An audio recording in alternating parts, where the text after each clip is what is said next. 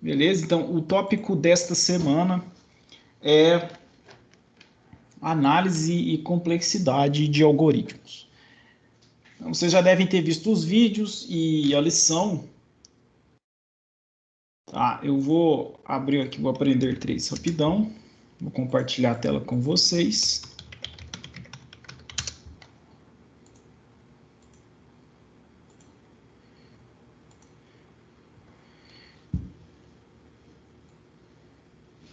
Então, vamos ver aqui. Então, a gente está lá embaixo. A seção análise de algoritmos. Então, vocês têm que fazer essa lição. E aí, tem um questionário para vocês fazerem até o dia 6 de dezembro. Tá? Bom, o que eu vou falar, tá? Eu não vou abrir a lição aqui falando diretamente o que foi abordado aqui, porque vocês já devem ter visto, mas eu quero colocar aqui um problema para vocês. Agora vai ficar melhor para desenhar, porque eu troquei o mouse desse computador aqui era horrível. Eu quero saber o problema que eu tenho.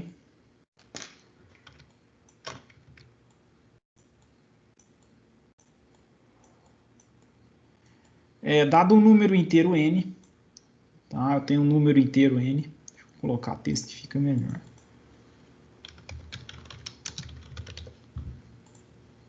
Então, n é um número inteiro. Eu quero saber se n problema. Quero saber se n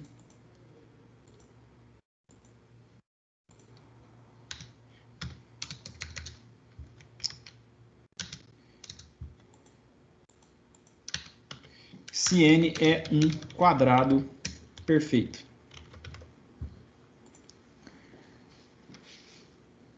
Então, quais números são os são quadrados perfeitos? Tá, então, a gente tem aqui 1, que é o quadrado perfeito, 1 ao quadrado, eu vou colocar nessa notação, 2 ao quadrado, 3 ao quadrado, 4 ao quadrado, 5 ao quadrado, e assim sucessivamente. Tá, o resultado desses números aqui, que são os quadrados perfeitos, não é o 2, né, não é o 3, que são esses números que serão os quadrados perfeitos, mas os resultados. Isso aqui, então, é equivalente a falar, bom, eu tenho 1, o 4, o 9, o 16, o 25. Então tá, dado um número n, que pode ser qualquer um qualquer número dessa sequência, ou outro número qualquer, eu quero saber se ele é um quadrado perfeito. Qual a maneira mais simples de resolver isso? Eu vou abrir aqui o Replit. Vocês devem estar vendo aí o Replit na tela. Bom, então, basicamente eu tenho que ler aqui o inteiro n. Eu tenho que ler o inteiro n. E aí verificar se esse n ele é um quadrado perfeito ou não. Bom, então vamos ver aqui qual que é um jeito fácil, né, e mais intuitivo de ver isso aqui. Então, eu vou colocar aqui os quadrados perfeitos em maior, uma magnitude aqui maior, tá? Então, olha só, 1, 2, 3, 4, 5, 6, 7, 8, 9, opa, 9 maiúsculo aqui, 10, 11, tá? Então vai assim. Então vocês estão vendo aqui que esses números maiores, eles são os quadrados perfeitos. Então eu tenho a sequência aqui de números inteiros. Então eu posso passar por todos os números inteiros de 1 até n e verificar se eles são quadrados perfeitos ou não. Tá? Então basicamente a ideia é essa, né? For i in range de 1 até n. Aí eu verifico. Eu tenho que fazer isso daqui, né? Tipo, olha só a ideia aqui. Então, eu pego 1, elevo ao quadrado. Pego 2, elevo ao quadrado. 3, elevo ao quadrado. Tá? Então, ele vai ser, eu vou ter os quadrados perfeitos, pegando um número i qualquer aqui, multiplicando ele por i. Se vezes i for igual ao n, tá? O n é o número que eu recebo da entrada. O i é esse processo de varredura que eu estou fazendo. Então, o i ele começa aqui no 1. Eu vou verificando, ó, 1 vezes 1 é igual a n, que é o número passado da entrada. Se for, o n é um quadrado perfeito. Tá? Se o n for, aí o i, né, beleza, nesse caso é tranquilo, né, quando o n é igual a 1. Quando o n for igual a 2, o i vai passar por aqui.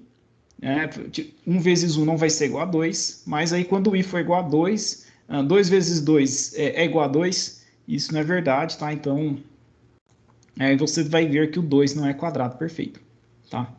Então, a gente pode fazer esse procedimento aqui, verificar. Se i vezes i for igual a n, eu vou pegar aqui um resultado, tá?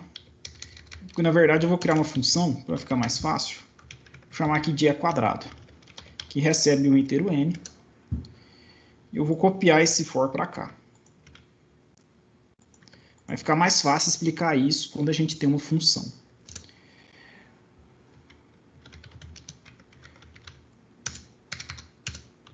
Tá, então, se eu estou passeando com esse entre 1 e n, mas tem que ser o n mais 1, né? Obviamente. Vamos fazer o jeito mais simples. Se o i vezes i for igual a n, então, isso daqui me garante que ele é o quadrado perfeito, então retorno true. Se eu passar por todos os números de até n e eu não encontrar, eu não ver que essa comparação ela é satisfeita, então o número não é um quadrado perfeito. Então aqui eu vou retornar false, ou false. Bom, aí eu vou verificar aqui, né? Por exemplo, se e quadrado de n for igual a true, eu vou imprimir, vou colocar aqui str de n é quadrado perfeito. Se não, print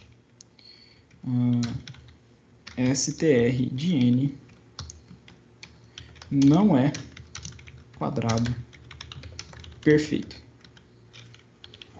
Então a gente tem um pequeno método aí para verificar se o número n é quadrado perfeito ou não. Tá, vamos fazer uns testes. Por exemplo, vamos colocar aqui o 4. O 4 é quadrado perfeito. Por quê? Quando a gente passa o 4 aqui para a função e quadrado, o i ele vai variar de 1 até n mais 1. Aí a gente verifica, né? Bom, 1 vezes 1, que é igual a 1, é igual a 4? Igual está aqui, né? É igual a 4? Não é. Então a gente passa para cá. O i vai ser 2. 2 vezes 2. 2 vezes 2 é igual a... que é igual a 4, né? 4 é igual a 4?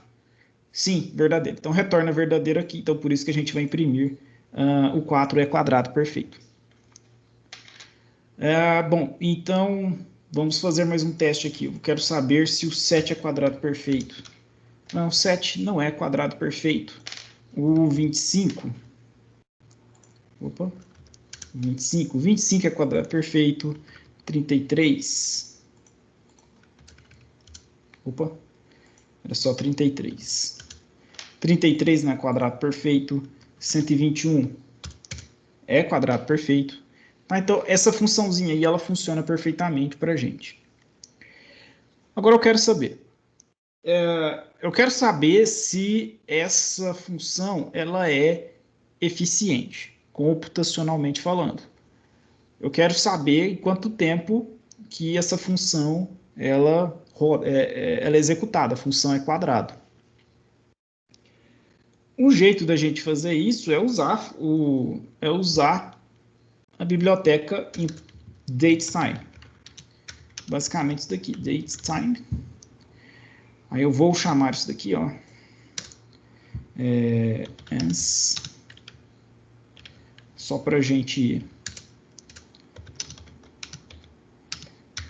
pegar aqui o tempo de execução da função é quadrado. Então eu vou pegar aqui tempo inicial. Tempo inicial é datetime.datetime.now. Vou usar esse aqui para calcular o tempo inicial. Então, nesse momento aqui, quando eu faço essa atribuição, os segundos, o tempo em segundos aqui da biblioteca datetime é guardado na variável tempo inicial. Aí eu vou executar a função quadrado, isso aqui vai me tomar um tempo, vai tomar um tempo aí do processador. Depois que eu executo essa função, eu vou chamar aqui a mesma datetime, só que guardar em uma variável chamada tempo final. datetime.now. Aí eu posso fazer uma diferença de tempos aqui. Então eu pego aqui a diferença tempo final menos tempo inicial. Aqui eu tenho a garantia que tempo final é sempre maior do que tempo inicial. E eu vou imprimir essa diferença de tempo. Então, eu quero imprimir o tempo, então eu faço isso daqui. Diff, tempo de execução em milissegundos, tá? Vamos colocar aqui em milissegundos. Vou chamar isso daqui de tempo total. Tempo total é diff. Aí eu vou chamar aqui o método total seconds, que está dentro dessa variável diff. Então vai ser segundos primeiro, tá? Depois eu mostro como a gente obtém esse milissegundos, caso seja interessante, tá? Então, tempo total. Então, vamos ver como que o tempo que isso aqui é executado. Então, por exemplo, eu quero saber aqui de 121. Opa, faltou o underline aqui. 121. Então, o tempo de execução aqui foi em segundos, dessa função aqui quadrado, foi 3e a menos 5, tá? Mas tá muito difícil de entender. Então, vamos converter para milissegundos. Então, para converter para milissegundos, eu vou multiplicar isso aqui por 1000. Então, 121. Bom, o tempo de execução em milissegundos da função quadrado, ela foi 0.028. Tá? Então, a gente pode usar a função a função datetime para calcular o tempo em segundos que um algoritmo, um programa de computador executa determinada função ou determinadas funções conjuntamente. Alguma dúvida até o momento?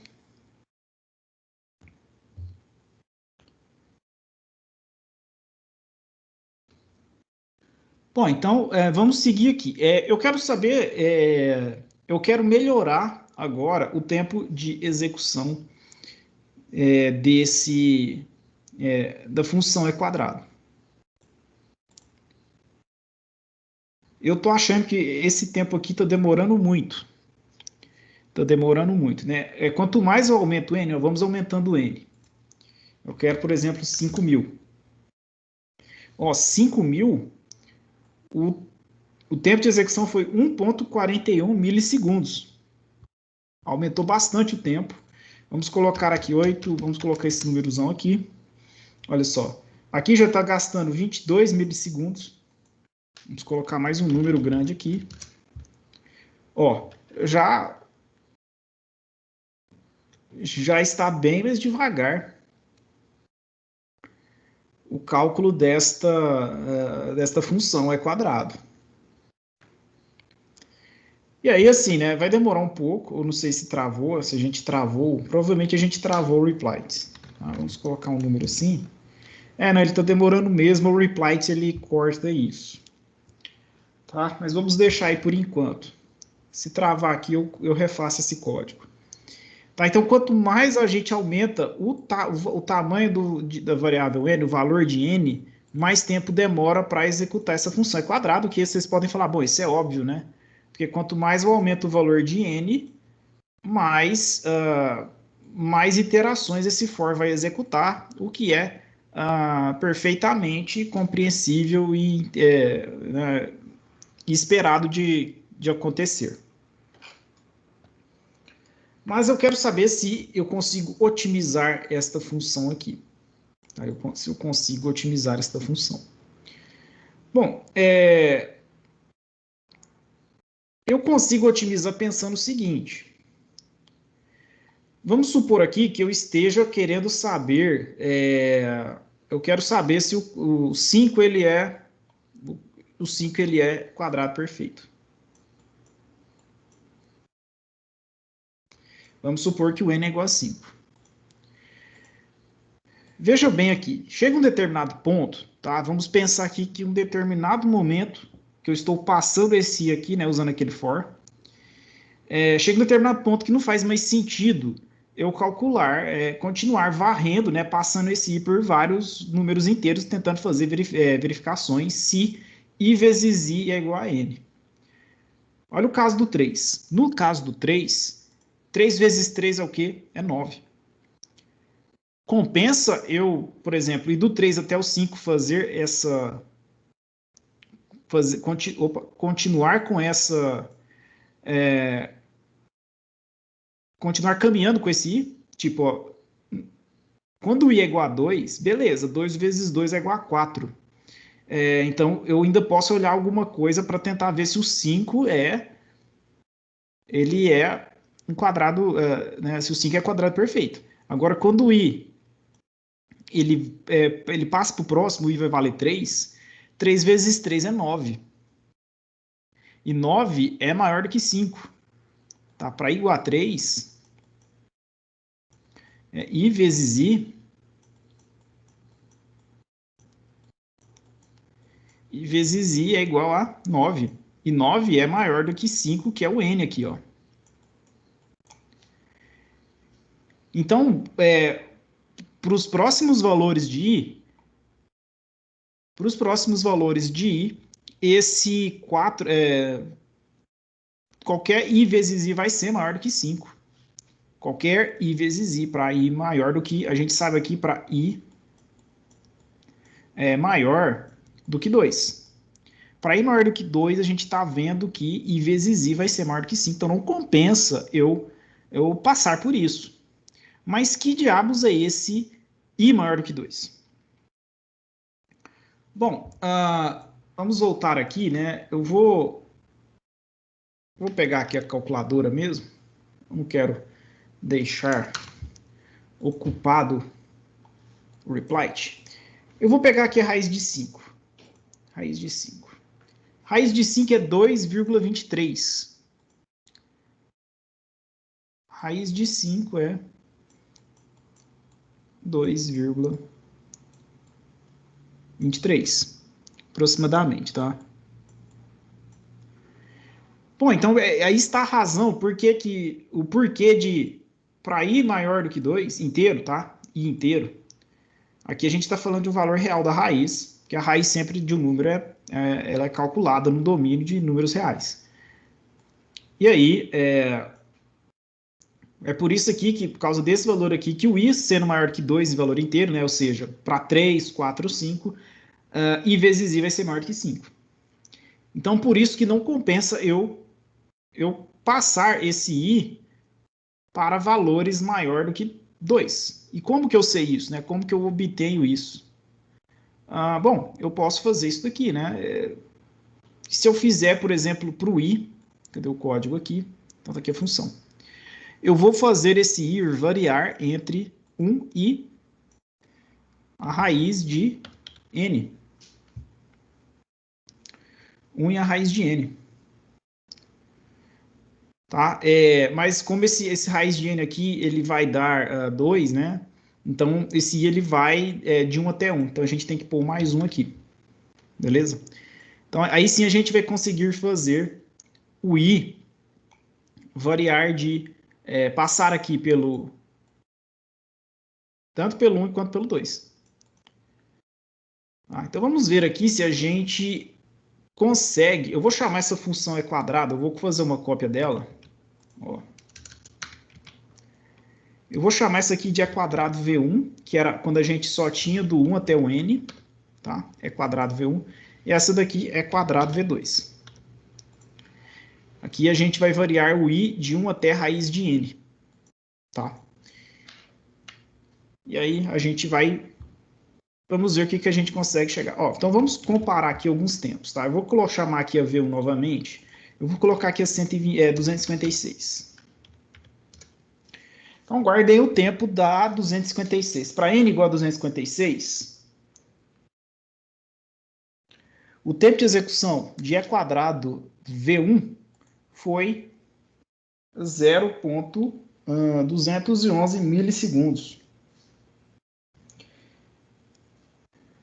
E a V2? Como que vai ficar a V2? Colocando aqui 256. Sim, faltou o math aqui, né? Math, aí a gente tem que pôr aqui o import math. Bom, aí colocando aqui o 256, tá, tem que pôr aqui o int, ele não aceita. 256, o que a gente vê aqui, né? Então, passando aqui a função V2, é quadrado V2, então a gente está indo, né, o i vai variar de 1 até a raiz de n mais 1. Então, isso aqui é para garantir que a gente vai chegar até o 2 aqui, tá? Só por causa lá do range. Então, a gente vai chegar até aqui, de acordo com essa condição. Então, para i maior do que 2, a gente não vai fazer. A gente não vai fazer o i passar por esses valores de i maior do que 2. E aí, então, olha só o tempo de execução, tanto que caiu. 0,04 milissegundos. Então, a gente fez uma otimização nesse código muito interessante. A gente pode até colocar aqui uns números maiores. Eu acho que caiu. Vou ter que copiar isso aqui, senão eu vou perder. Olha, caiu bonito aqui. Vou ter que atualizar. Pronto. Então, vou colocar aqui, por exemplo, um número grande. Olha só, ele já executou de primeira, tá vendo? Vamos colocar um número maior ainda.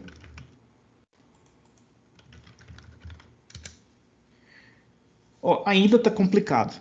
Vocês verem, eu coloquei um número maior ainda e a versão 2, que é mais otimizada do que a versão 1, ela não está aguentando, gente, olha lá. Um valorzão desse daí. Você está pensando, professor, esse número é muito grande, né? Você está fazendo uma sacanagem com o reply, com o Python. Tá, mas aqui a ideia é ser didático, mostrar para vocês a questão de o quanto é importante vocês otimizarem os códigos. Tá, eu sei que em algum momento da vida de vocês já reclamaram que esse software é muito lento, essa função é muito lenta. Tá aí a causa, né? O que pode causar aí uma função ser muito lenta?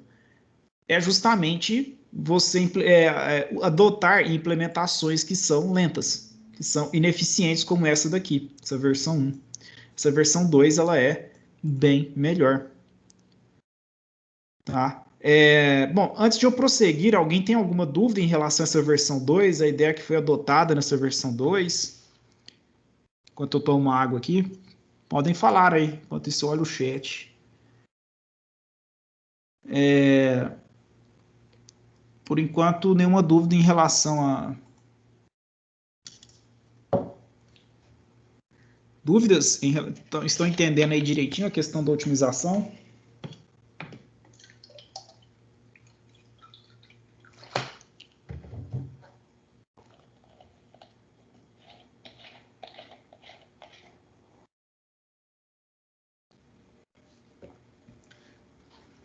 Bom, então vamos fazer agora uma versão ainda mais rápida dessa E quadrado, que eu vou chamar aqui de E quadrado V3. Então dá para fazer melhor do que isso? Dá para fazer melhor do que isso. Bom, vocês estão vendo que a raiz de um número ela é um valor real, certo? Então, por exemplo, quando o número não é quadrado perfeito, eu sempre vou ter aqui alguns números após a casa decimal, enquanto que um quadrado perfeito, a raiz dele é o quê? A gente tem isso daqui, né? 2,00. Raiz de 9, 3,00. E raiz, por exemplo, de... Vamos pegar aqui, raiz de 10. Raiz de 10 é 3,1, né? Um negócio assim, 3,1. Aí tem umas coisas aqui. Bom, e se a gente pegar só a parte real dessa... na verdade, sim, né? A gente descartar essa parte real e fazer o seguinte cálculo. Vamos supor o seguinte, eu calculo aqui a raiz de 9, usando lá o math, SQRT, basicamente isso daqui. Eu pego aqui o n, então eu chamo isso daqui de raiz, eu vou pegar aqui a raiz, tá? Math.sqrt de n. Então vamos imprimir isso daqui, tá? Vamos ver o que acontece aqui. Então, eu vou comentário ciência aqui. Vou botar algo aleatório aqui, tá? Não se preocupem. Então, eu vou chamar aqui a quadrado V3 de n. Então, olha só. Então, por exemplo, eu quero saber o E quadrado de 10. A raiz de 10 é 3,16. Tá? Isso daqui não condiz com a realidade, tá? Não se preocupem por enquanto. Aí eu vou... Olha só, então eu tenho isso daqui. Se eu pegar só a parte inteira, a parte inteira da raiz de 10, eu vou fazer isso daqui, né? Então eu vou colocar aqui um int no resultado da raiz, e aí, ó, 10. Então eu peguei só a parte inteira dessa raiz, 3. Para ser quadrado perfeito, esse 3 aqui, perdão, a parte inteira da raiz de um número n, é mais ou menos isso aqui, né? A parte inteira da raiz de n vezes a parte inteira da raiz de n, ela tem que ser igual a n. Vejam só o que vai acontecer, por exemplo, com o 9. Qual que é a parte inteira da raiz de 9? É 3. 3 vezes 3. Então, vou fazer mais completo aqui. Sai. Volte. Peraí. Tá travado aqui. Bom, então, eu tenho isso daqui, né? Raiz de 9 vezes raiz de 9. Eu quero saber se isso daqui é igual a 9. Olha só, então raiz de 9 é 3, vezes a raiz de 9, que também é 3. Isso daqui é igual a 9? Sim, né? Beleza, então esse aqui é o caso do quadrado perfeito. O caso do 10, você vai ter o quê? 10. Eu tô pegando aqui só a parte inteira, tá, pessoal? Então, para não ficar muito longo aqui. Então, raiz de 10 vezes a raiz de 10 é igual a 10. Então, a parte inteira aqui da raiz de 10 é 3, vezes a parte inteira da raiz de 10, 3. Isso daqui é igual a 10. Então, a gente está comparando. 9 é igual a 10.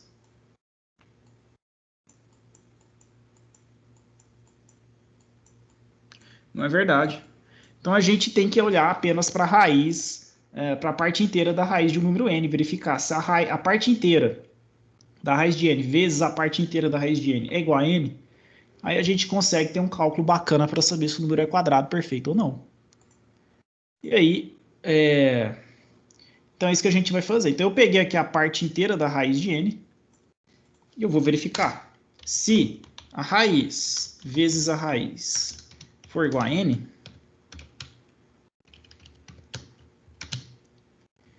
Então, o retorno verdadeiro, ou seja, esse número ele é quadrado perfeito. Caso contrário, eu retorno falso. Tá, então, aqui a gente não usou o for, a gente só fez uma conta de raiz, tá? Pegou a parte inteira disso, depois fez a multiplicação. Será que essa versão 3 vai ser mais rápida do que as versões 1 e 2? Então é o que a gente vai ver agora, tá? Então eu vou apagar isso daqui, que a gente não precisa mais. Vamos chamar aqui de E quadrado V3. Vamos ver como fica E quadrado V3. Então eu vou chamar aqui o 256.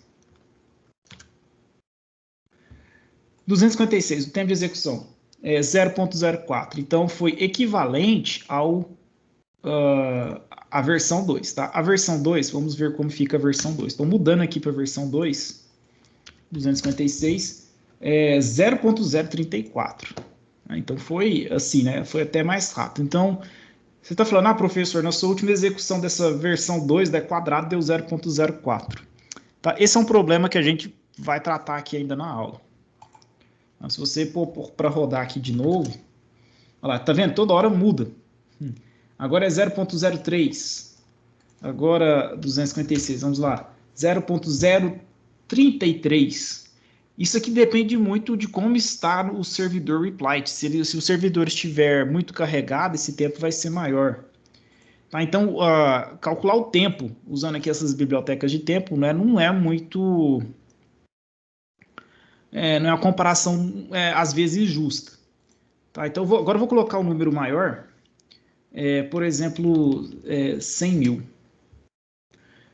Quer dizer, 10 mil, né? 10 mil, o tempo aqui para calcular da versão 2 foi 0.052. Vamos ver aqui na versão 1, que é a mais lenta de todas. 10 mil.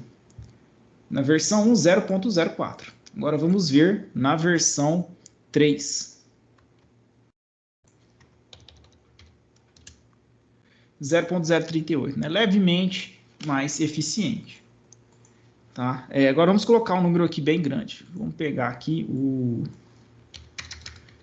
Eu quero, por exemplo, 250 vezes 250.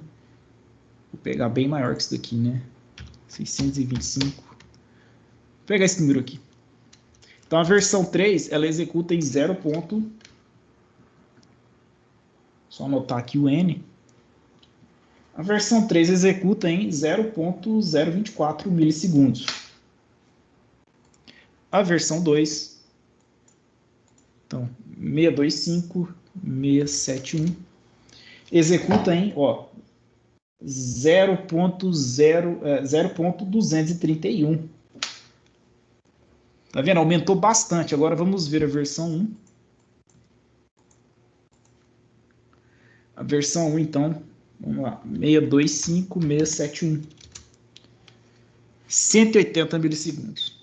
Então, a versão 1, ela é a mais computacionalmente mais demorada, né?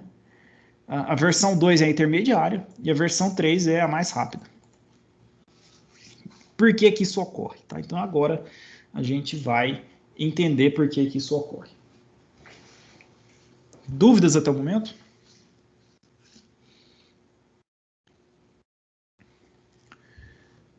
Bom, eu vou copiar esse código e colocar para vocês no... Vou colocar aí para o caso, vou deixar aqui de backup. Olha o tamanho do código que a gente fez, olha que beleza. Codificamos bastante aqui.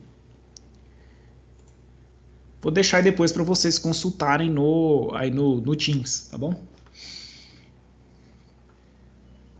Então tá, por que que isso aconteceu? Primeiramente, só lembrar, né, a gente já falou aqui, né, por que que o tempo não é muito uma medida muito justa para você comparar funções. O que que a gente está fazendo aqui? A gente está comparando o tempo de execução dessa função E quadrado V1 com as outras funções E quadrado V2, E quadrado V3. Então, estamos fazendo aqui uma comparação do tempo de execução dessas funções.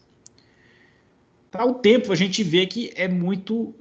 você tem que usar sempre o mesmo hardware Tá? Não é justo você comparar, por exemplo, o tempo de execução da função é quadrado V1 nesse computador que eu estou aqui com o outro computador porque as especificações de hardware são diferentes e aí vai dar diferença no tempo, tá?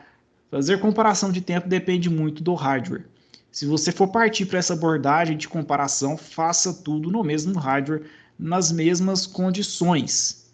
Condições como, por exemplo, não deixe muitos programas abertos, softwares rodando no computador enquanto você faz um experimento desse, de comparação de tempo. Outra abordagem mais justa e mais comumente utilizada é a análise de algoritmos com base no tamanho da entrada. Então, a gente tem aqui o tamanho da entrada, na função e quadrado.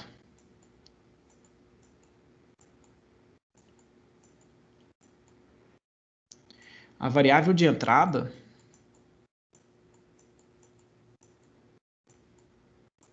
é quem é a variável n. Ela é a minha variável de entrada. Na análise de complexidade de algoritmos, eu tenho que falar, bom, ótimo, o tempo ele é uma medida que eu posso usar, mas nem sempre vai ser justo. Bom, e qual abordagem que vocês estudaram, né, nas videoaulas, na lição, que é mais justo, que pode dar uma medida mais justa e mais comumente utilizada, é a gente comparar a complexidade das funções em função do tamanho da entrada.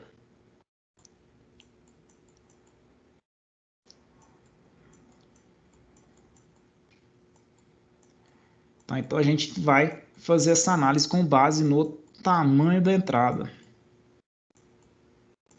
E também a quantidade de...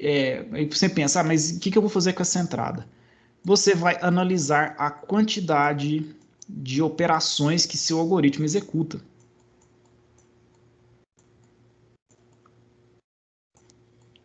E quais operações são essas? Por exemplo, o for é uma operação de repetição, operações matemáticas, quantidade de operações. E essas operações aqui são operações matemáticas, aritméticas, né?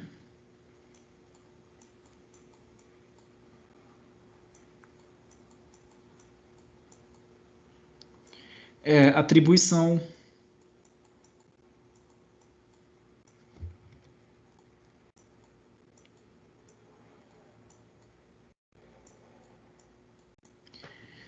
e aí a gente tem mais outras operações aqui, tá? Você tem os comandos, o for, por exemplo, while.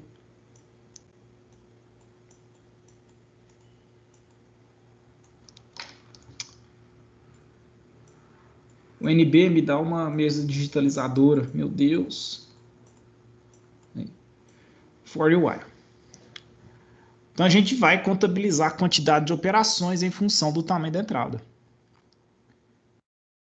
Então vamos ver aqui no caso da função e quadrado 1. Para simplificar, vamos considerar as operações válidas como sendo as comparações, tá? Então, operações válidas.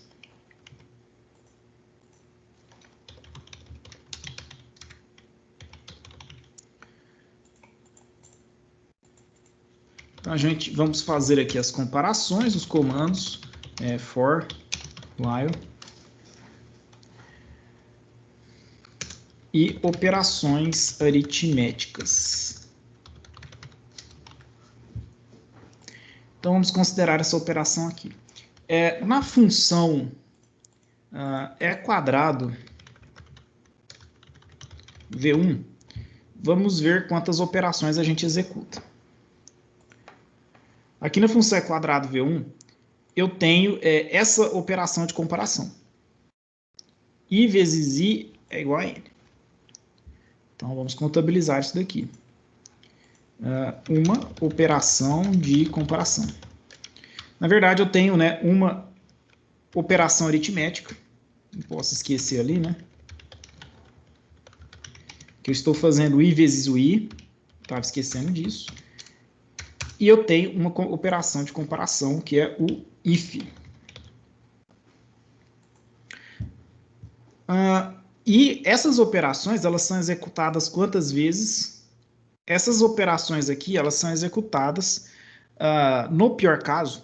Quando eu falo no pior caso, eu estou considerando aqui até chegar nessa variável n, que é quando o número não é um quadrado perfeito. Quando o número não é um quadrado perfeito, eu não vou chegar nesse true nunca.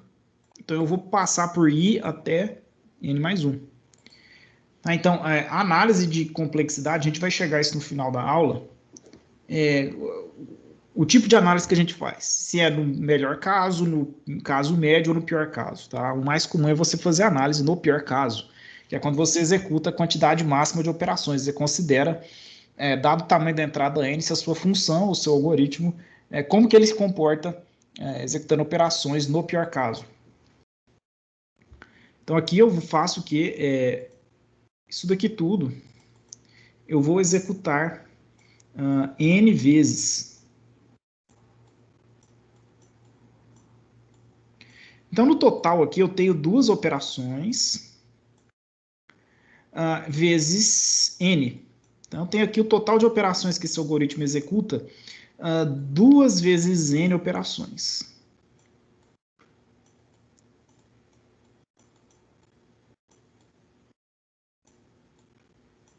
Tá lá, 2 vezes n operações. É a quantidade de operações que a função e quadrado executa. Se a gente pôr isso aqui no gráfico, tá? Se a gente pôr isso aqui no gráfico, eu quero pôr um gráfico aqui. E o eixo x é o valor n e o eixo y é a quantidade de operações.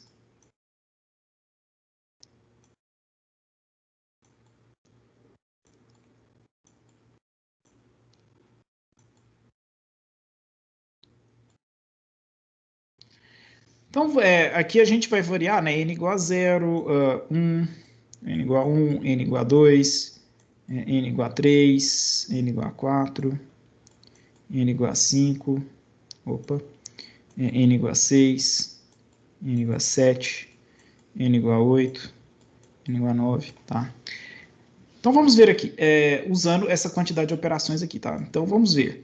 Para n igual a 1, essa função aqui, vamos chamar isso aqui de f, tá? F1. Então, aqui eu tenho F1. F1 que é igual a 2 vezes n. F de n que é igual a 2 vezes n. Se o n for 1, aqui eu vou executar duas operações. Se o n for 2, eu vou executar 4 operações. Se o n for igual a 3, eu vou executar 6 operações. Se o n for 4, eu vou executar 8 operações.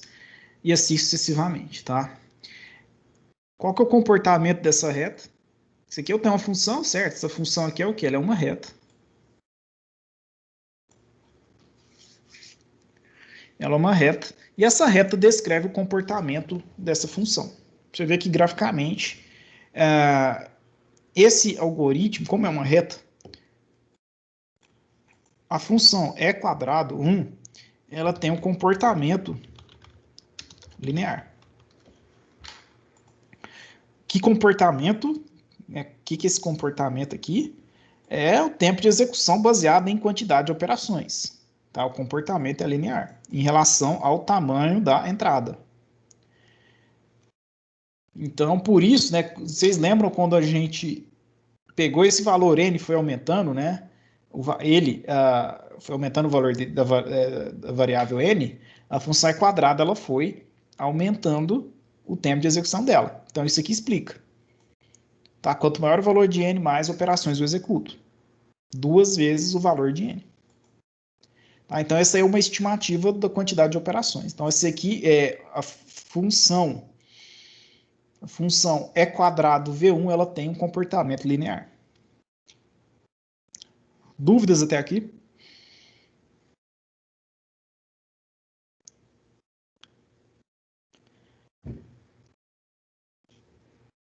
Agora vamos analisar então a função V2. A função e quadrado V2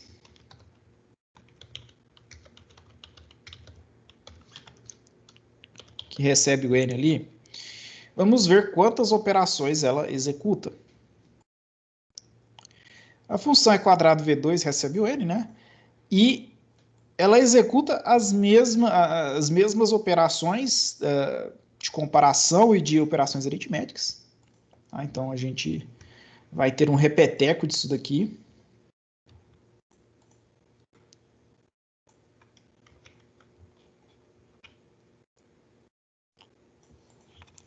Isso daqui é executado da mesma maneira. O que muda em relação a E quadrado V1 é o que? É a quantidade de vezes que essas operações aqui, que são duas operações, a quantidade de vezes que essas operações são executadas. Se você olhar nesse for, esse comando aqui, if i vezes i é igual a n, ele é executado, no pior caso, em até sqrt raiz de n vezes. Tá? Então, aqui, essas operações elas são executadas raiz de n vezes.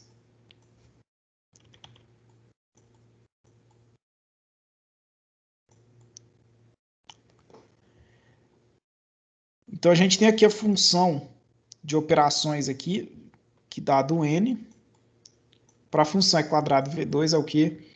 2 vezes raiz de n. Basicamente, vocês veem que a função V2 ela é sempre menor do que a função V1. Tá? Ou seja, que a f de 1 de n é sempre menor, sempre maior do que a função 2 de n. Ou seja, 2 vezes n é maior do que 2 vezes raiz de n. Aí você corta isso daqui, corta isso daqui. A gente pode montar essa relação. E é válido, né? N é maior do que raiz de n. Sim, mas tem o caso do 1, né? Para n igual a 1, isso aqui tudo para n maior do que 1, né? Para n igual a 1, isso daqui é válido. Agora, se você quiser considerar 1 aí, né? N é maior ou igual. Aí sim você está considerando aí todos os n's. Beleza? Então esse aqui é o mais correto, né? A gente fazer essa relação. Aí se a gente fizer o gráfico de novo para determinar qual que é o comportamento. Então você tem aqui o n e a f2 de n, que é igual a raiz de n. Então, né, eu coloco aqui 1, 2, 3.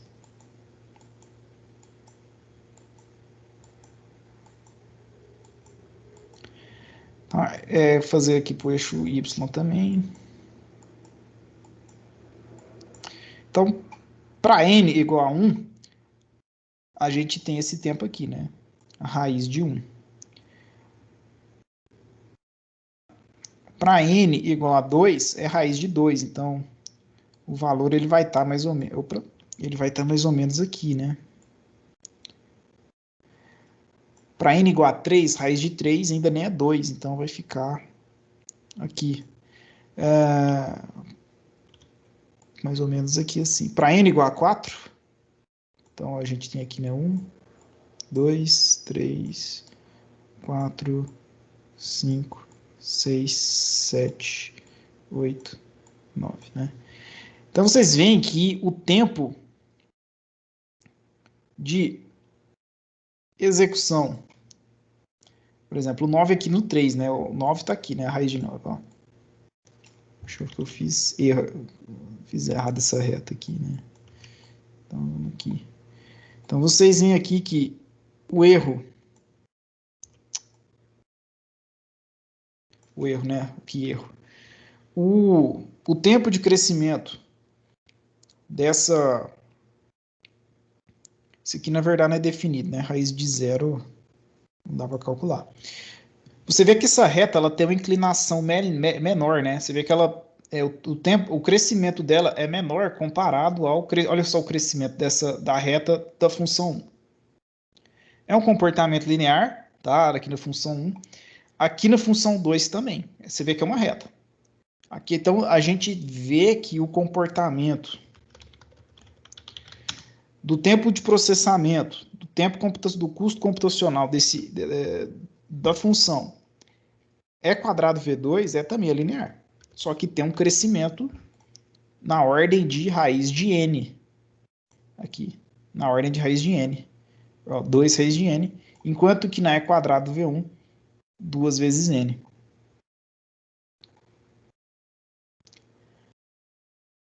Certo? Então, a gente pode categorizar as funções E quadrado V1 e E quadrado V2 como sendo algoritmos de custo computacional linear. Tá? Por quê? Você está vendo aqui essa reta aqui, tá? Isso aqui é comportamento de uma reta, então denota um comportamento linear. Vamos agora para a função 3. Função 3, que é relacionada à função E quadrado V3. Vamos ver a quantidade de operações que é executada na função E quadrado V3. A função E quadrado V3, você tem uma operação de calcular raiz, uma operação aritmética.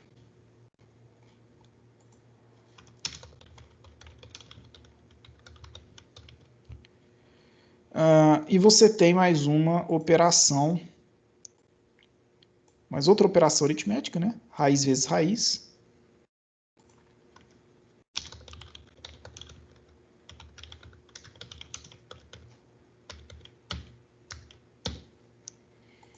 A daqui de cima era raiz de n.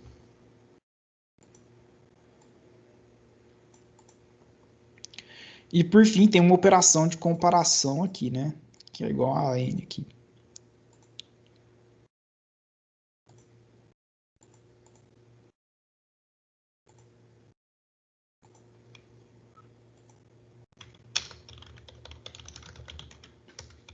Então, a grosso modo, a gente sabe que na função E quadrado V3 nós temos 3 operações.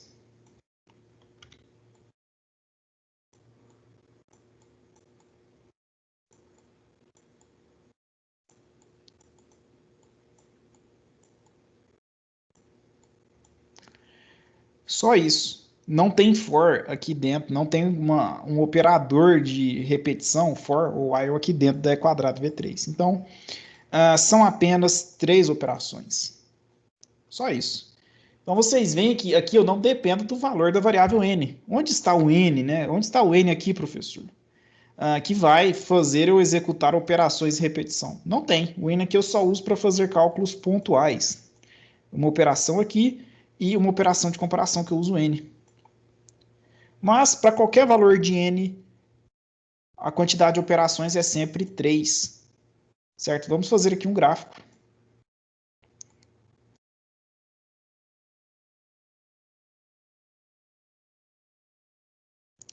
Em relação à variável n e a função 3.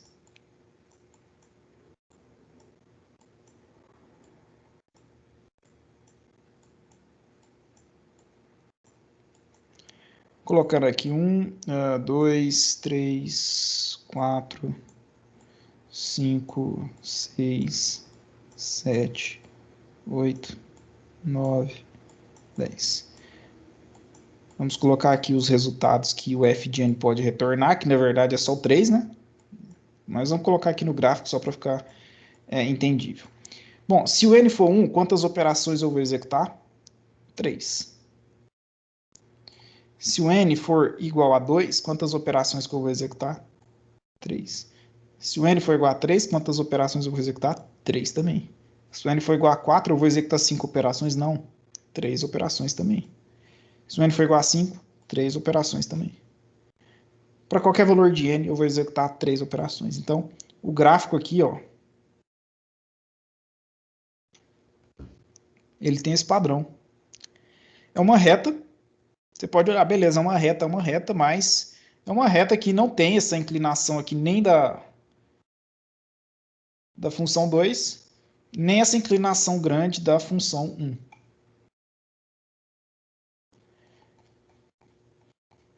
É uma reta que aqui não, eu posso aumentar o valor de n, que a resposta, né, o resultado de f de 3 aqui, a quantidade de operações é sempre 3. Esse comportamento, esse padrão, ele é o que? É um comportamento constante.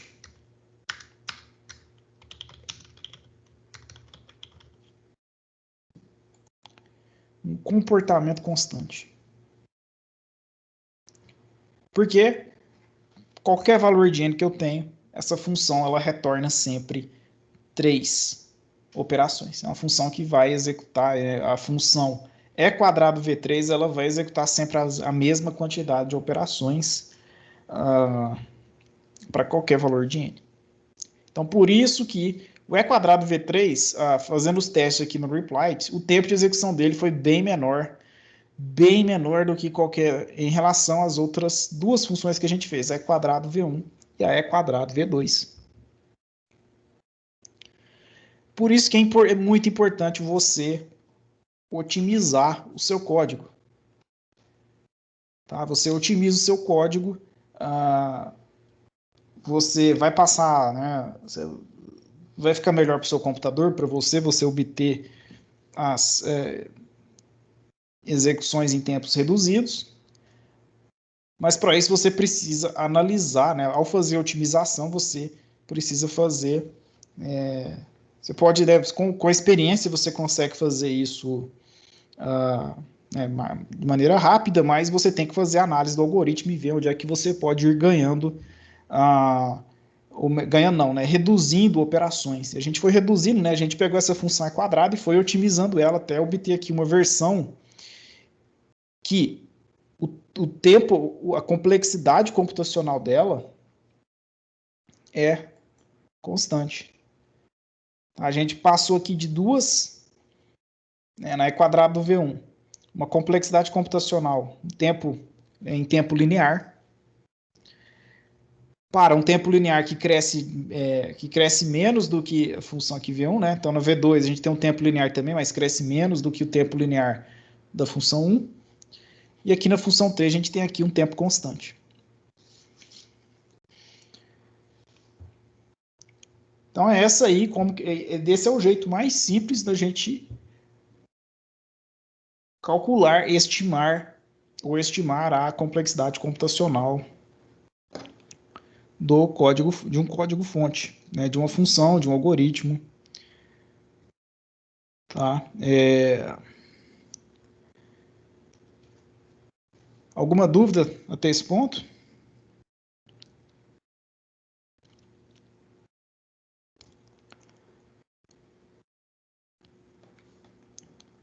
Bom, então, para encerrar aí um pouco dessa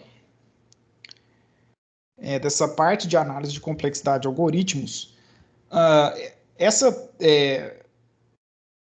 notação que a gente usou, tempo linear, tempo constante, isso daí existe outra maneira da gente denominar ou denotar a complexidade computacional de um algoritmo. Tá? Muitas vezes, né, o jeito mais comum é usar essa notação aqui, a notação que a gente conhece, né, pela quantidade de operações. Essa aqui é a notação, por exemplo, o f1 de n é 2 vezes n, o f2 de n é 2 vezes raiz de n, o f3 de n é 3. Tá? Isso daqui a gente conhece como notação assintótica. Tá? Essa notação aqui. Cadê? Notação assintótica. Mas nem sempre é possível, é um pouco de, às vezes, né, para alguns algoritmos, principalmente quando eles são grandes, é difícil você estimar essa notação assintótica. Estimar corretamente assim, todas as operações que um algoritmo faz. Você consegue, mas dá muito trabalho. E aí, um jeito que, uma notação que facilita muito, e ela é usada também bastante, é a notação Big O. Tá? Então aqui a gente tem a notação assintótica, que foi essa que a gente fez aí, estimando a quantidade de operações de um algoritmo, e aí a gente estima a magnitude dela, tá? A gente estimou a magnitude, então essa daqui, o comportamento, né? Então aqui, essa aqui é linear, e aqui constante. Então aqui a gente tem a magnitude.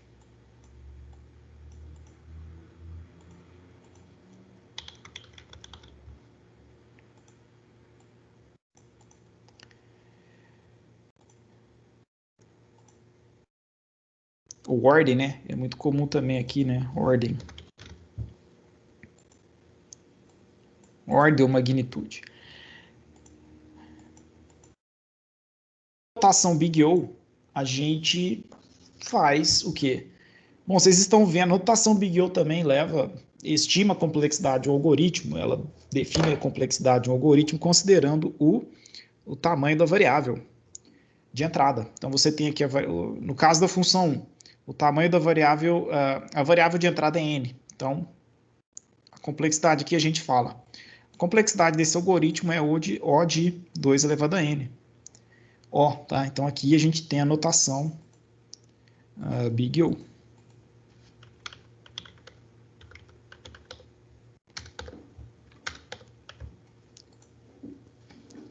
Big O, né? Big O.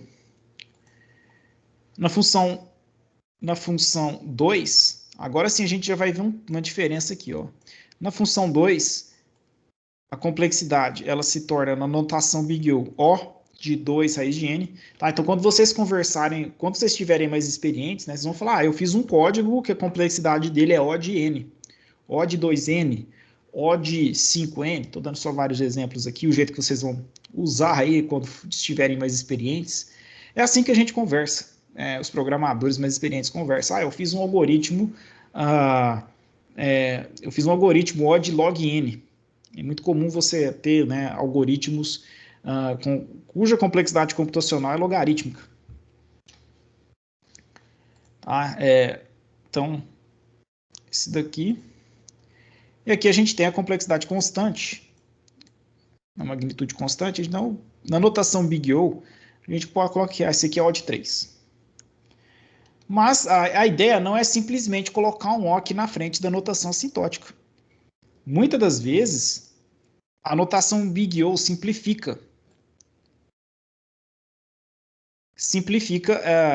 esses termos aqui. Então, isso aqui muitas vezes é simplificado para O de n. Essa notação Big O ela é simplificada para O de raiz de n. E essa notação aqui ela é simplificada para O de 1.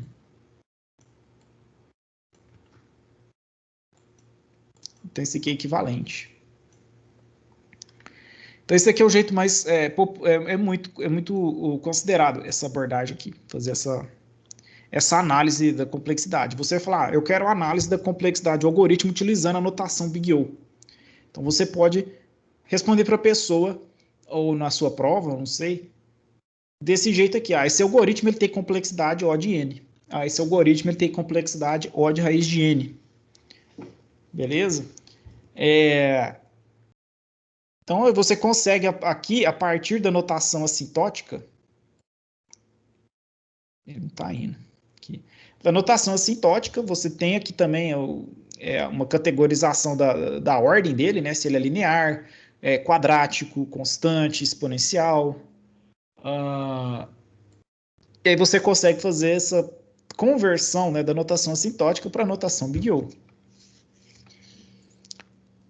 Então, é muito comum vocês verem aí em análise de algoritmos, vamos supor, você tem essa função aqui de algum algoritmo que ela a quantidade de operações dela foi estimada mais ou menos assim.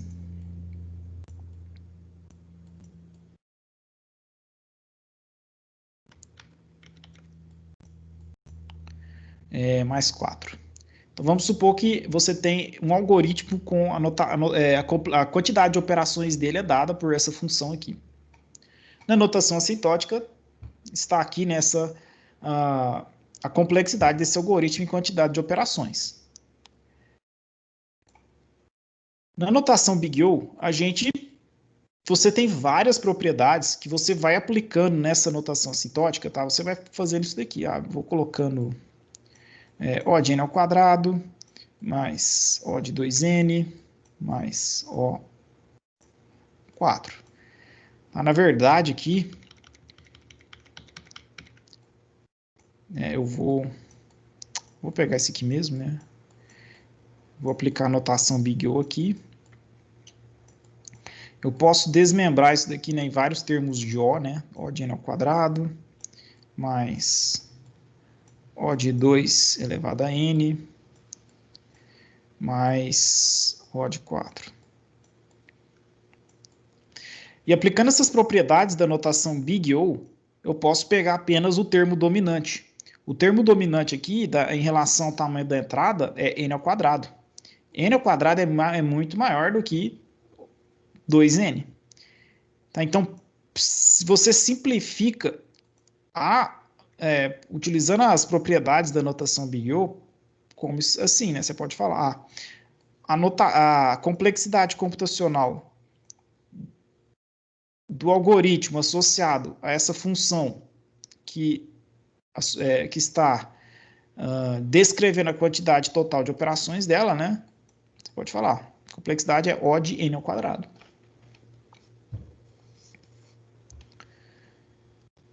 Ao invés de falar tudo isso daqui. Você não precisa falar tudo isso daqui. Você fala, não, o algoritmo que eu fiz, ele é O de n ao quadrado. E notação assintótica é descrita por essa função aqui. Tá, são propriedades, vocês devem ter visto isso na videoaula, na lição. Mas é importante colocar isso para vocês, né? Vocês vão ter uma disciplina que vocês vão estudar isso com mais detalhes. Tá? Aqui é só simplificando como que funciona. E, bom, alguma dúvida?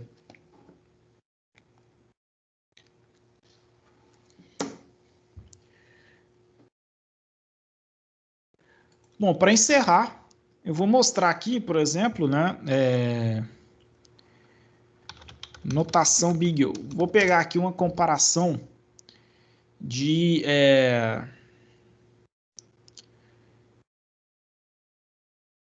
ver se tem algum gráfico que mostra... sim, vai fazer aqui alguns gráficos bem interessantes, né? Então, por exemplo, aqui. Cadê aquela figura? Sim, então essa figura aqui ela é muito interessante. Número de itens processados. Na verdade, aqui é só... a gente pode associar a quantidade o valor N. Então, N aqui ele varia de 0, 5, 10, tá? E eu tenho aqui vários programas. Cada linha dessa, ela está associada a um algoritmo, a um programa. Vejam só o comportamento desses algoritmos aqui nesse gráfico. Então, você vê aqui que eu tenho aqui embaixo eu tenho o tempo constante. Você vê que quanto mais sobe isso daqui, essa curva, ou essa reta, pior mais custoso o algoritmo ele é. Tá? Agora, olha só, então vejam bem aqui, né, quando você estima a complexidade de um algoritmo e vê assim, você vai ver, nossa, esse algoritmo ele pode ser computacionalmente caro. Se você se você faz um algoritmo constante, você pode ficar tranquilo. Ele é bem barato, ele é muito barato. Se você faz aqui um algoritmo que ele é log de n, tipo assim, né, a gente já fez lá a raiz de n, fez o exemplo aqui da raiz de n, a gente pode ter também algoritmos de complexidade logarítmica, O de log n. Você vê que a complexidade também é bem baixinha. O odd-n, a gente fez, não? A gente fez aqui um exemplo do odd-n, olha só o comportamento dele. Ele está bem aqui. Então, esse caso aqui, ó. O odd-n, a função de 1 é odd-n. Aqui nesse gráfico, né, ela ficou um pouco cara. Você falou, nossa, a inclinação dessa reta é grande, né? Odd-n. Mas olha só, ela está ainda um dos mais baratos. Aí você vai chegando em outras categorias de comportamento dos algoritmos. Lá, você tem a categoria n log n, ela também é chamada, né, de linearítmica. Essa odd log n, o termo... cadê aqui, né? A ordem ou magnitude é chamada de logarítmica. Essa aqui é logarítmica, isso aqui é linearítmica.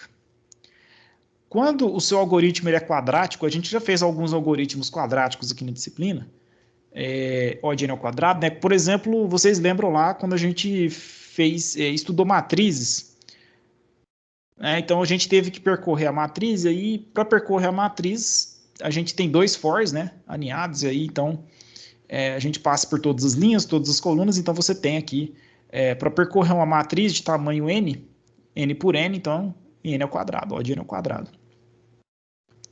E aqui a gente vai nesses caras aqui, né? A gente vem aqui para os mais complicados. Quando você tem um algoritmo que ele tem um comportamento fatorial, olha só, o crescimento dele é uma coisa absurda, tá? Não confundir com o exercício de fatorial. O exercício de fatorial, ele não tem complexidade fatorial, tá? Só deixando isso bem claro. E você tem também aqui o algoritmo exponencial. Um algoritmo que ele tem um comportamento exponencial. A gente denota na notação Big O como odd2n. Vocês vão estudar na próxima disciplina, estrutura de dados, algoritmos com esta complexidade. Ah, não, vocês já estudaram Fibonacci, né? Recursivo. O Fibonacci recursivo tem essa complexidade aqui. Odd2 elevado a n. Então, vocês já estudaram, já elaboraram algoritmos com essa complexidade aqui? Sim. Quase todas, né? Eu acho que só essa complexidade aqui que não. Então, tem várias classes aqui de complexidade, tá?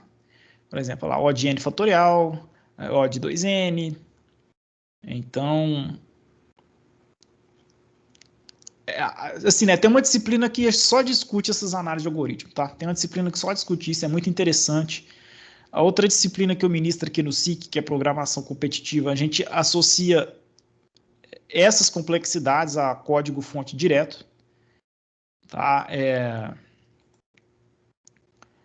Deixa eu ver aqui se eu consigo mostrar para vocês um resumo do que eu tenho lá na outra disciplina. Programação competitiva. A primeira aula é noções de complexidade de algoritmos. Então, vamos ver aqui se tem um quadro aqui que explica. Aqui está tudo aqui está tudo em C++, tá? Mas não, a ideia não é essa, né? Falar aqui de C++ aqui, né? Então, olha só, né? As magnitudes que a gente tem aqui. É constante, né? Na notação Big O a gente chama de odd1. Logarítmica, odd log n, linear, odd n, linearítmica, odd n log n, quadrática, odd n ao quadrado, cúbica, odd n ao cubo, exponencial, odd2n, fatorial, odd n. Tá? São essas associações, e aí isso aqui, né, como que a gente falou um pouquinho aí da notação. A notação Big O, tá, só para vocês terem curiosidades, ela foi proposta em 1894, então é um assunto aí bem antigo da matemática.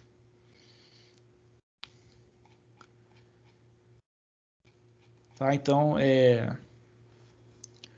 está aí um pouquinho de análise e complexidade de algoritmos. Bom, vamos ver aqui as dúvidas. Você pode pegar programação competitiva a partir, eu acho que depois que você fizer a PC, se você for aprovado, você já pode pegar programação competitiva.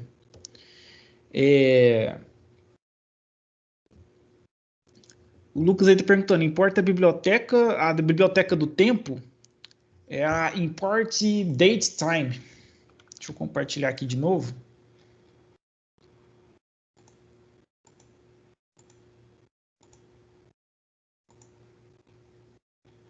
É a import date time. É a biblioteca aí para você calcular o tempo de execução de uma função. Esse código eu vou deixar ele aqui na aba Files daqui do canal, tá bom?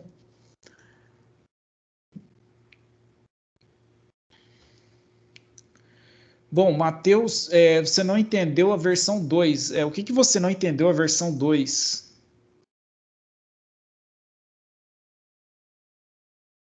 Você já entendeu ou ainda não? Que já passou muita. Tá, por que que usa raiz? Basicamente assim. Na verdade, eu tenho que voltar aqui para cima. Aqui. Eu quero saber, por exemplo, se o 5, tá? Eu tenho aqui n igual a 5. Eu quero saber se o 5 ele é um quadrado perfeito. Para isso, a gente tinha visto lá na versão 1 que bastava a gente pegar esse i e a gente falava, bom, eu pego i aqui e verifico, né? Começando em 1 vezes 1 é igual a n, ou seja, eu quero saber, eu tô atrás da raiz de n, não é isso? Então, o 1 não é raiz de n, o 2. 2 vezes 2 é igual a 4. 4 é igual a 5? Não é igual a 5. O 3. 3 vezes 3 é 9. Mas, olha só, para qualquer i que for maior do que 3, porque o i vai ser 4, 5, 6, 7, 8.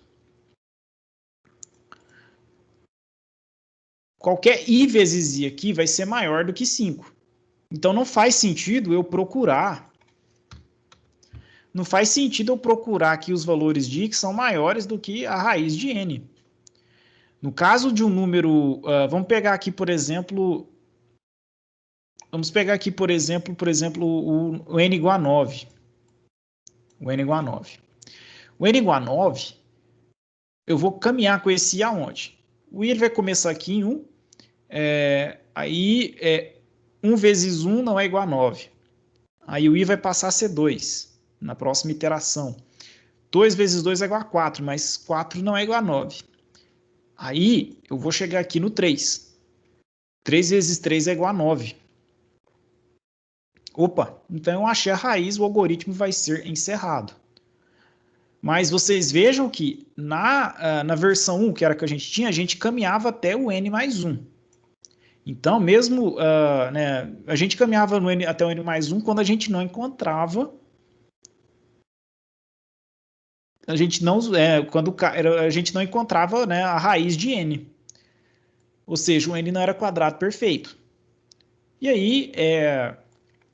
aí, assim, né? Eu não, para que eu, assim, né? Quando é quadrado perfeito, eu já achei a raiz aqui, a função retorna verdadeiro, beleza. Mas quando não era, aqui no caso do 5, vejam bem aqui no caso do 5. No caso do 5, o i começando em 1, né? 1 vezes 1 não é igual a 5. O 2, 2 vezes 2, que é igual a 4, não é igual a 5. E o 3, 3 vezes 3 é igual a 9, não é igual a 5. Então, para qualquer valor de i aqui em diante, não adianta eu chegar, eu verificar se i vezes i vai ser igual a 5. E qual que é o limite disso, até onde que eu tenho que verificar? É até a raiz. Se eu pegar aqui a parte inteira dessa raiz, a parte inteira é 2. Para qualquer valor acima de 2 que eu for tentar encontrar a raiz, ele vai ser maior do que n. Então é por isso que compensa eu ir até a raiz de n, certo? É essa a razão, porque eu não vou encontrar a raiz dele maior do que. Não vou encontrar aqui o i, não vou encontrar a raiz aqui utilizando o i maior do que a raiz desse número. Certo? Entendeu aí? Se você não entendeu, a gente faz uma chamada. Não, entendeu. Beleza.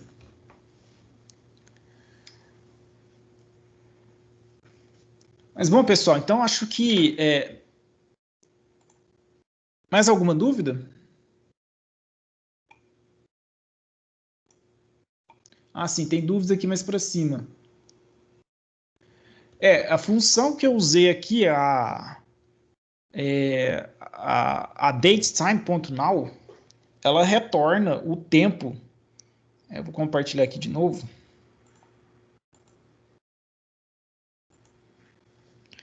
Bom, eu estou aqui, né? Então eu vou apagar isso daqui. Então vamos fazer aqui, né? Tempo inicial. Então eu vou chamar aqui datetime.now.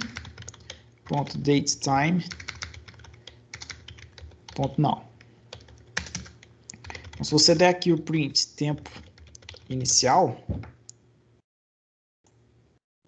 olha o que ele pega, né? Ele vai pegar ali a data, tudo certinho, né? O seu ano, o mês e o dia. Vai pegar a hora no horário universal, né? O UTC. E aqui você tem aqui os segundos e os milissegundos, tá? Aí eu posso pegar aqui, por exemplo, porque eu tenho que fazer um processamento aqui. Se eu pegar o tempo final aqui, vai dar uma diferença muito pequena, né? Tipo, tempo final.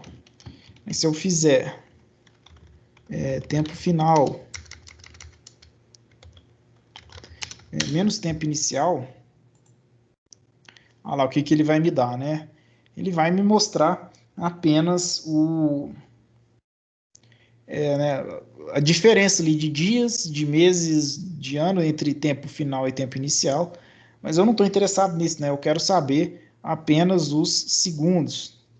Então eu pego aqui, né, seconds, menos seconds.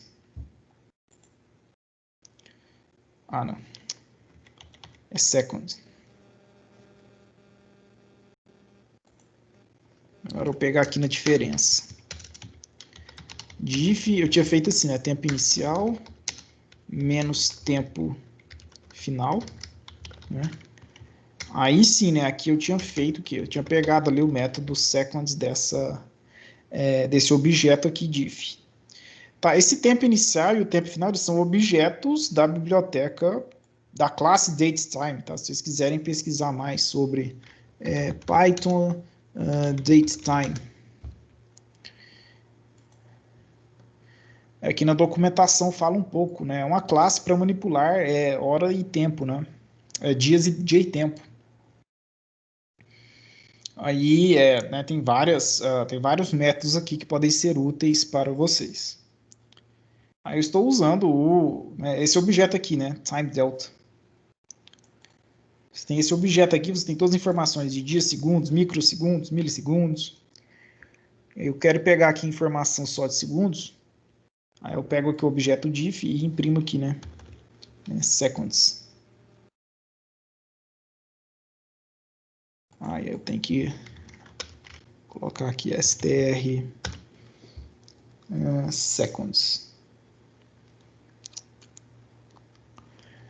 Ou total seconds, né? Que é o... Acho que aqui é total seconds. Total seconds. Não é seconds, não. Total seconds. Foi lá. Então, o tempo aqui em segundos de execução, né? Entre S e S, ela deu um valor muito pequeno. Tá, então é isso aí. Deixa eu ver se tem mais alguma dúvida. Sim, o restante das dúvidas são fora do assunto da aula. Mas como a gente está correndo de tempo, né, eu tenho outra aula para dar, às 10 para as 9. Assim, né, eu peço aí que vocês tirem as dúvidas com os monitores amanhã, ou espera aí o atendimento comigo amanhã, ou também com os monitores. Tem mais 10 minutos aí, então vou parar a gravação.